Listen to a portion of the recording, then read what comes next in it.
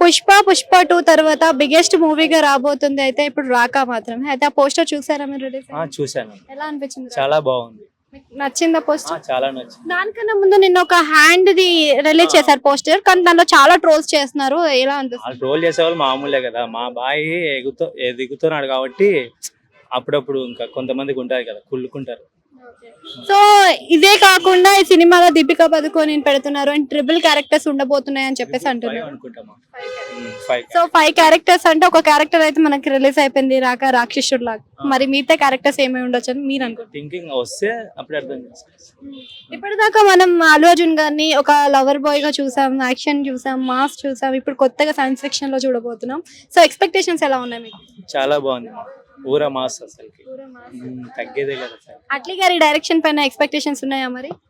ఉన్నది మా. సో అల్లు అర్జున్ గారికి ఇప్పటికే పాన్ ఇండియన్ లెవెల్లో చాలా క్రేజ్ అయితే ఉంది, మరి ఈ సినిమాతో పాన్ వరల్డ్ అయిపోతాడు?